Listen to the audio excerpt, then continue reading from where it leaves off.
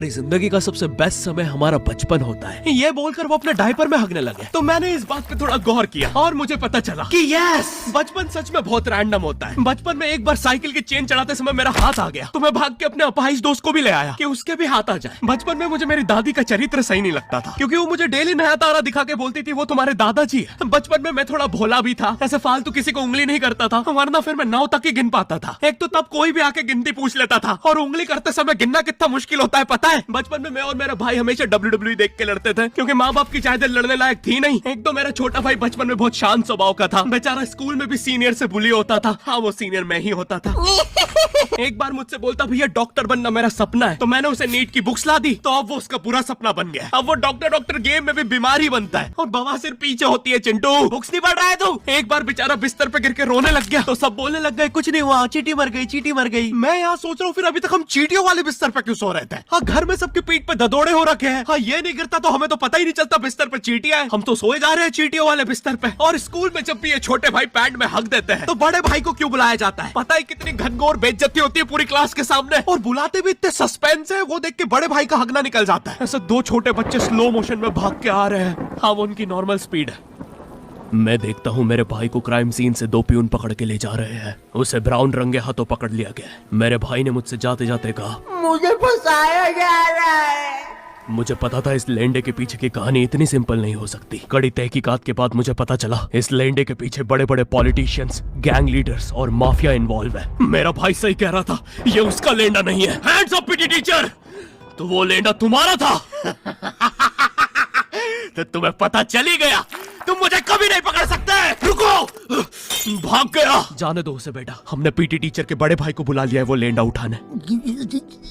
लेंडा आपकी नजदीकी सिनेमा घरों में पड़ा होगा तो देख के पैर रखना। ये चैनल पे जितने भी अजीब और गरीब चीजें तुम देखते हो, ये मैं और मेरे भाई की लाइफ में हमेशा होती रहती है और इसलिए हमने ये चैनल नॉट योर टाइप बनाया था। मेरे भाई ने कहा तू बोल और मैं एनिमेशन करता हूँ, और लो बन गया नॉट योर टाइप। आपके अरे अभी भी लेंडा लगा हुआ है। बचपन में बोले जाता था कि तुम जितने दांत तकिए के नीचे रखोगे तुम्हें उतने ही रुपये मिलेंगे। तो मैंने दादी की 32 रख दी तो मुझे 32 रुपए मिले। वो 32 7,000 की थी। जो पिटा हूं ना मैं घर पे, साली स्कैमर दांतों वाली परी चांदी का दांत ले जाके 1 रुपया देती है। दांतों से याद है बचपन में सब सूखा बॉर्नविटा खाते हैं क्योंकि दांत दूध के होते हैं। ठीक है, ये वाला जोक हटा दूंगा। बचपन में मुझे चुड़ैलों से बहुत डर लगता था। एक बार मुझे चुड़ैल के पैर के निशान दिखे तो मैं उल्टा भागा, पर फिर मैं चुड़ैल के ही घर में आ गया। हाँ, मैं पट्टी में भूल गया था उसके पैर उल्टे होते हैं, तो फिर मैंने सोचा इसका पीछे से सर फोड़ देता हूँ। सर फोड़ने गया तो वो उसका मुंह निकला। फिर से भूल गया कि साली चुड़ैलों के बाल भी मुंह पे होते हैं। आदमी को पता चले तो चले कैसे। जब मैं छोटा था नींद में बिस्तर भी बहुत गीला करता था। मेरी मम्मी हमेशा गुस्सा करती थी कि सोने से पहले सुसु किया कर। अब उन्हें कैसे बताऊं, फिर गीले बिस्तर में मुझे नींद नहीं आती। बचपन में मुझे गुस्सा भी बहुत आता था तो मेरी मम्मी ने मुझे एक रेड स्टोन की अंगूठी पहना दी, और सरप्राइजिंगली उससे मेरा गुस्सा इतनी जल्दी उतरने लग गया क्योंकि अब मैं जब अंगूठी पहन के लोगों को पीटता था तो गुस्सा इतनी जल्दी शांत होता था। वैसे ये अंगूठी मुझे एक बाबा जी के आश्रम से मिली थी। जब मैं वो आश्रम में गया था, वहाँ एक बहुत ही हॉट सी बंदी मुझे देख के बार बार स्माइल करे जा रही थी, तो मैंने भी मौके पे चौका मारा और जल्दी से अपना नंबर पेपर पे लिख के उसकी तरफ फेंक दिया। वो बंदी ने भी बड़े प्यार से मेरा नंबर उठाया और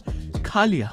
अरे भाई, उसको भूत लगे, वो तब से सबको स्माइल दे रही है। हम भी सुबह से नंबर फेंक रहे हैं, अभी तक 2 किलो पेपर खा गई है। हाँ, अब तुम्हें भी ऐसे रैंडम भूतों या स्ट्रेंजर्स पास नंबर ना फेंकना पड़े प्यार के लिए, इसलिए आओ हैपन पे चले। यहाँ तुम्हें मिलते हैं तुम्हारे कॉमन इंटरेस्ट के लोग। मुझे बॉर्नविटा बहुत पसंद है। मुझे भी रोहित। आओ मन बुद्धि हैंडशेक करते हैं। हैपन पे मिलती है आपको उन लोगों की प्रोफाइल्स जिनके साथ आप पाथ क्रॉस करते हैं। यहाँ तुम अपने एरिया के लोगों की प्रोफाइल्स भी देख सकते हो। यही नहीं, जो लोग तुम्हारे फेवरेट स्पॉट पे जा चुके हैं, यहाँ तुम्हें उनकी प्रोफाइल्स भी मिलती है। तो अभी जाकर अपना नेक्स्ट क्रश स्पॉट करो अपने ही मन पसंदीदा स्पॉट पे। तो अभी जाके डाउनलोड करो, लिंक डिस्क्रिप्शन में। Thank you happen. बचपन में मेरी मम्मी हमेशा बोलती रहती थी कि बाहर जाके खेलो। अब बाहर मेरे मोहल्ले के बच्चे भाई वो ऐसे अजीब अजीब से गेम्स खेलते थे। कहीं ड्रैगन फ्लाई में रस्सी बांध के उसको पेट बना लिया है, कहीं नंगे भाग रहे टायर के पीछे लकड़ी मारते मारते। मेरी मम्मी को उन पे दया आ रही है कि बेचारे गरीब बच्चे किसी भी चीज से खेल लेते हैं, फिर हमारी कार पलट जाती है। हाँ, वो टायर हमारी कार का था। और मुझे एक बात बताओ, चक्के से खेलने पे वो गरीब कैसे कंसिडर हो रहे हैं? क्या पता उनने कार खरीद के चक्का निकाला हो, क्या पता लैम्बोर्गिनी के चक्के से खेल रहे हो। नहीं, तुम्हें कैसे पता चल रहा है वो गरीब है या अमीर? और एक चक्के से इतनी सारी एक्टिविटी करेंगे ये लोग। कभी चक्के में रस्सी बांध के झूला बना दिया, कभी झूले से फिका के खुद को लूला बना दिया, कभी लूले पे झूला बांधकर हुला हू बना दिया। ये इतने हरामी बच्चे थे, इनके साथ कोई भी घर नहीं खेलता था क्योंकि घर ये जुए में लगा के हार जाते हैं। ये वो बच्चे जिन्हें तुम रिमोट कंट्रोल कार भी दोगे तो उसकी मोटर निकाल के पंखा बनाएंगे। एक बार इन्होंने रिमोट कंट्रोल रिमोट बनाया था। तुम अगर इस रिमोट पे बटन दबाओगे तो इस रिमोट पे बटन दबेगी, बस ये लोग मकर संक्रांति के दिन पतंग भी लूटते थे दुकानों से। पतंग से याद है मैं बचपन में अपने दोस्त जनक के साथ बहुत पतंग उड़ाता था। जनक गुजराती था और गुजराती लोग तो बहुत बड़े पतंगबाज होते हैं। वो लोग गला काटने के बाद भी काहे पोचे चिल्लाते हैं। जनक मेरे घर पे इतना बड़ा गिर्रा लेके आता था पतंग उड़ाने। उस पर पता नहीं कितने 1000 किलोमीटर का मांझा लपटा होता था। हम दोनों का सपना था उस गिर्रे की पूरी ढील देना। एक बार तो गिर्रा खाली होने ही वाला था पर वो पतंग तो घूम के हमारे पीछे से आ गई। हमने हमारी ही पतंग काट दी। तो इस बार हमने सोचा पतंग पूरी परपेंडिकुलर उड़ाएंगे, स्ट्रेट। हमने 2 घंटे ढील दी। वो मांझे में वेव सिग्नल आने लग गए प्राचीन भाषा में। हमें लगा हमने एलियंस ढूंढ लिया, बट फिर धीरे से वो सिग्नल क्लियर हुआ। हमें पता चला हमने कोई नासा का 100 मिलियन का टेलीस्कोप काट दिया। पतंग नीचे ले, टेलीस्कोप काट दिया।